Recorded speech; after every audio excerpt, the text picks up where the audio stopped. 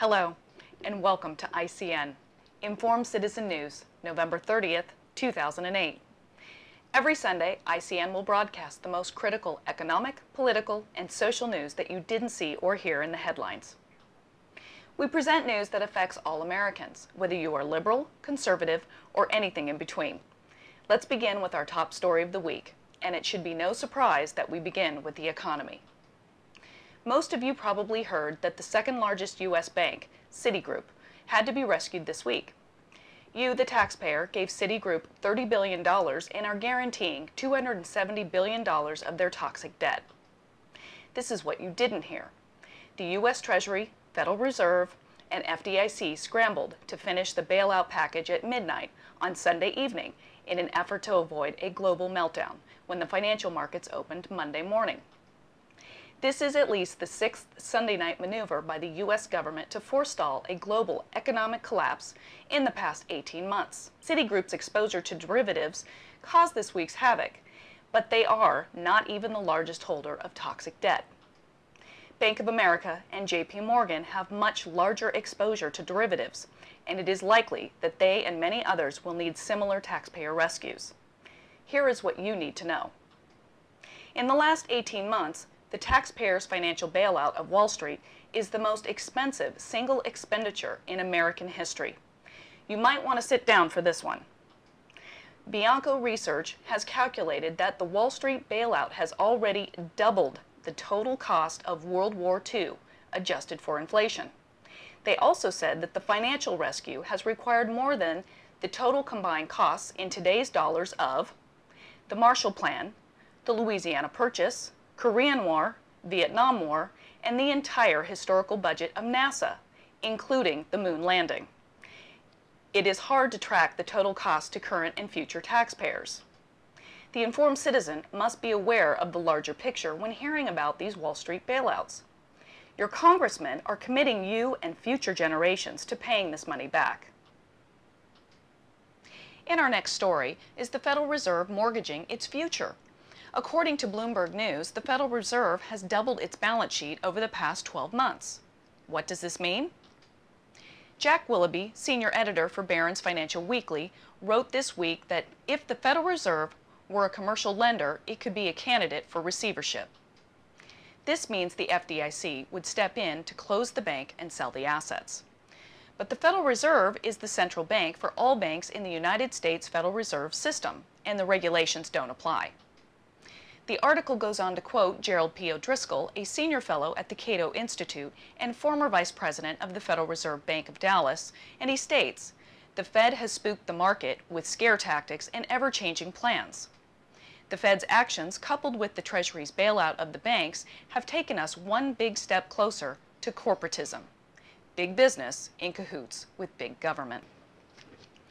In other news, another mint suspends sales of gold and silver. Here is a story that has received no attention in the mainstream media. The Western Australian government's Perth Mint has suspended all sales of gold until at least January of 2009. The Perth Mint joins the U.S. Mint, Mexico, and European banks in suspending sales of gold bars and coins. Perth Mint sales and marketing director Ron Curry said the unprecedented demand has forced the Mint to cease orders until January, with staff working 7 days a week, 24 hours a day, over 3 shifts to meet orders. He said Europe was leading the demand, with Russia, Ukraine, Middle East, and U.S. all buying, making up 80% of its sales. Sounds like everyone is trying to buy gold. There's a very interesting story out of South Dakota. Again, not a word in the mainstream media. Before we jump into the story, the ICN viewer must know that fiat money is defined as not having any real value other than government mandates that it be used as money for payments. As an example, the US dollar is a fiat currency. With that in mind, a new bank called Free Lakota Bank, located within Lakota Indian tribal lands, is issuing a 100% silver and gold-backed currency. It is a non-reserve, non-fractional reserve bank. What this means is that Lakota money is real gold and silver, as opposed to the fiat currencies like the US dollar and all other global currencies.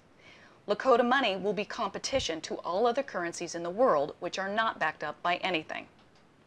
It will be interesting to see if there will be a legal battle that pits the Lakota tribal's nation's sovereignty against the U.S. government's need to enforce the use of its fiat currency, the U.S. dollar. Stay tuned. And now to health news. Bloomberg News reported that U.S. Food and Drug Administration scientists submitted a letter to Congress that indicated top managers with the FDA corrupted and interfered with scientific reviews of medical devices. The FDA has repeatedly come under criticism from current and former agency scientists who have said that management forced them to change findings critical of drugs being considered for approval. Now, agency employees have informed Congress that managers, quote, ordered, intimidated, and coerced FDA experts to modify their scientific reviews, conclusions, and recommendations on devices. Congress sent a letter to FDA management, which included claims that the FDA scientists who objected to the management practices, quote, have been subject to reprisals, including removal or threatened removal, and illegal or inappropriate employee performance evaluation. In our next health-related news, The Washington Post reported this week that the FDA failed to act after discovering trace amounts of the industrial chemical melamine in baby formula sold in the United States. The controversy started 2 months ago when Chinese manufacturers deliberately added the chemical to watered-down formula to make it appear to contain higher levels of protein. More than 50,000 Asian infants were hospitalized and at least 4 died. The test results were unearthed by the Associated Press, which had filed a request for records under the Freedom of Information Act. FDA spokesman Judy Leon said that the amounts discovered are safe and that parents should continue to feed formula to their children. We know that trace levels do not pose a risk whatsoever, she said. That contradicts the agency's recent statement about melamine, including a position paper that was on the FDA's website Wednesday that asserted there are no safe levels of melamine for infants.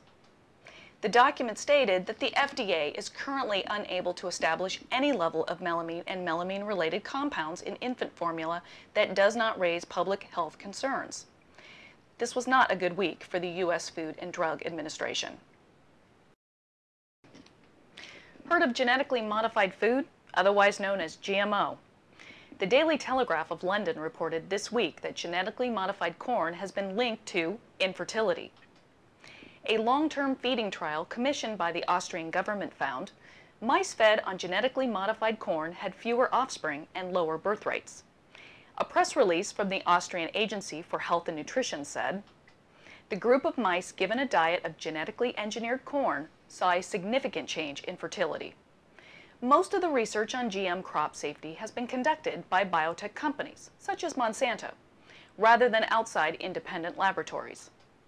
The article stated that Monsanto press offices in the UK and USA were unable to provide a comment on the findings.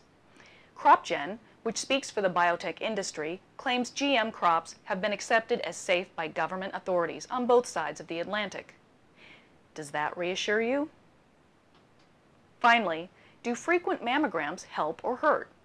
The Journal of the American Medical Association published a report that investigated the increase of breast cancer when frequent screening is introduced.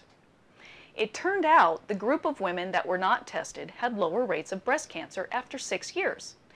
The conclusion of the study was not that the mammograms caused the increased instances of breast cancer, but that it raises the possibility that the natural course of some detected breast cancers is to spontaneously regress.